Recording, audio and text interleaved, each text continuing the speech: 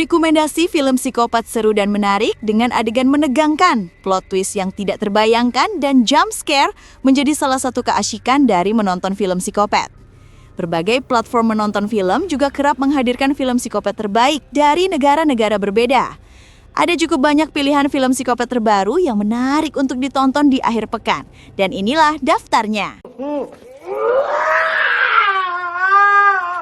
I Saw the Devil 2010 adalah film thriller psikologis asal Korea Selatan yang disutradarai oleh Kim Ji-won dan dibintangi oleh Lee Byung-hun serta Choi Min-sik.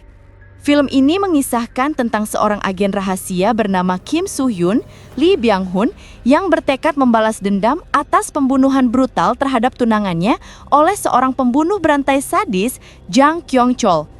Dari segi teknis, I Saw the Devil memiliki sinematografi yang gelap, dingin, dan bergaya elegan dengan pencahayaan kontras yang memperkuat atmosfer horor dan kebrutalan.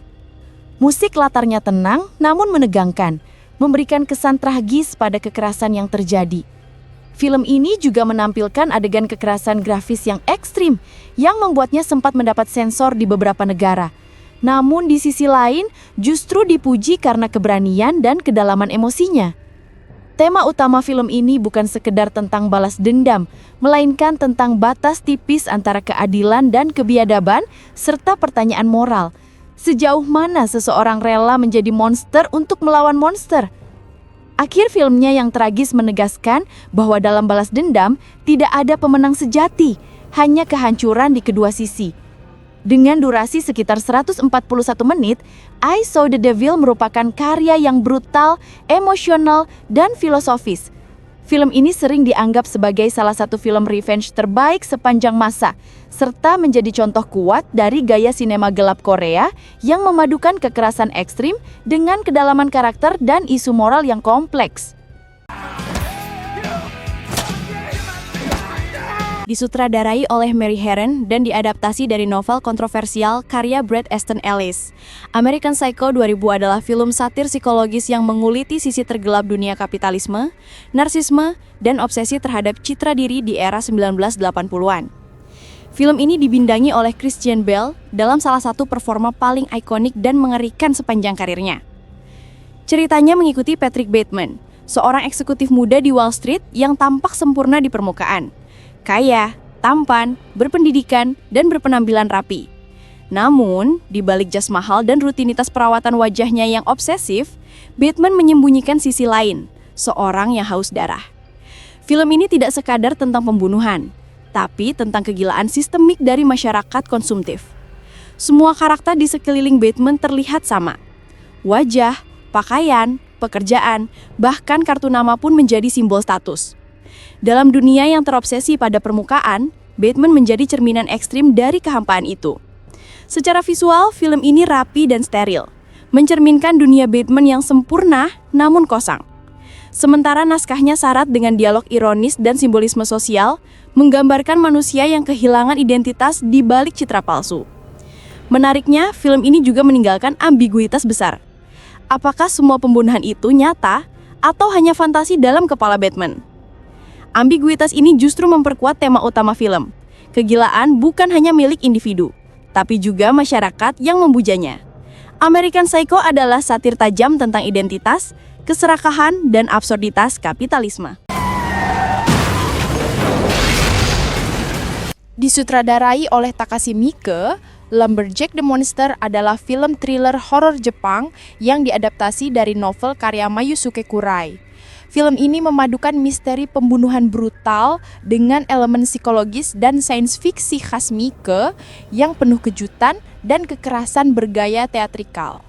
Miike menyajikan film ini bukan hanya sebagai kisah pembunuhan berantai biasa, tetapi juga sebagai refleksi tentang moralitas, trauma masa kecil, dan batas antara manusia dan monster. Dari segi visual, film ini menampilkan gaya sinematografi dingin dan brutal, dengan pencahayaan gelap dan warna kontras yang memperkuat nuansa distopian. Adegan pembuka yang berdarah langsung menciptakan atmosfer menegangkan, khas Miike yang tidak ragu memperlihatkan kekerasan ekstrim. Namun, Lumberjack the Monster juga punya kelemahan. Ceritanya agak berbelit dan berat di bagian tengah, dengan terlalu banyak eksposisi dan penjelasan teknis soal eksperimen otak dan neurochip. Alur penyelidikannya juga kadang terasa melompat, membuat penonton kehilangan fokus. Secara keseluruhan, Lumberjack the Monster adalah thriller psikologis berdarah yang lebih menekankan pada pertanyaan eksistensial ketimbang sekadar adegan slasher. Takashi Miike kembali memperlihatkan gaya khasnya, berani, aneh, dan tidak nyaman, tapi selalu menggugah pikiran.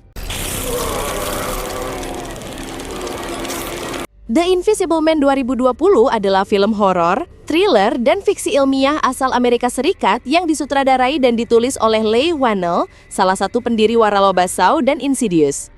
Film ini dibintangi oleh Elizabeth Moss, Aldis Hodge, Storm Reid, Harriet Dyer, dan Oliver Jackson Cohen.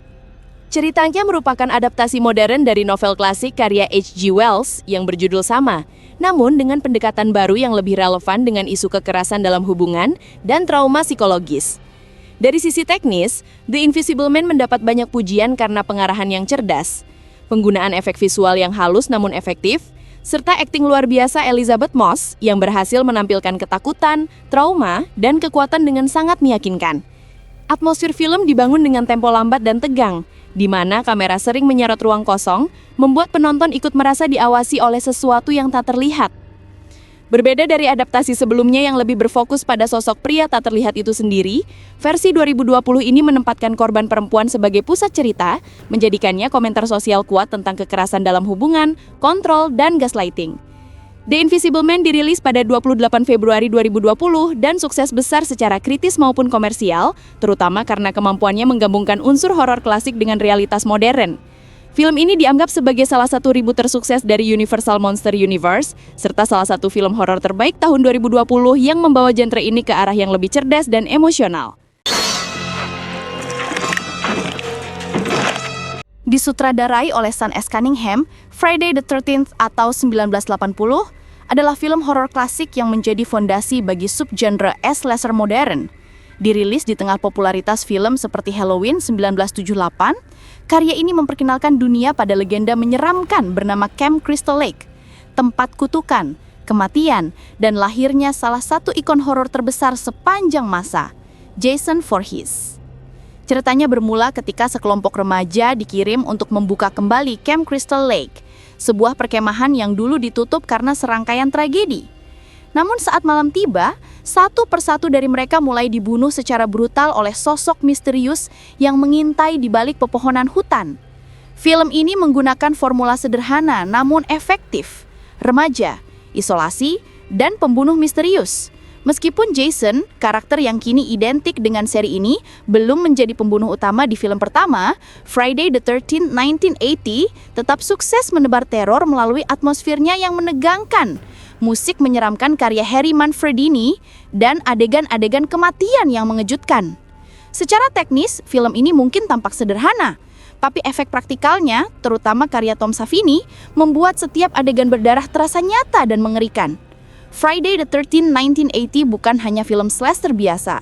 Ia adalah tonggak sejarah sinema horor yang melahirkan lebih dari 10 sequel, spin-off, dan juga remake.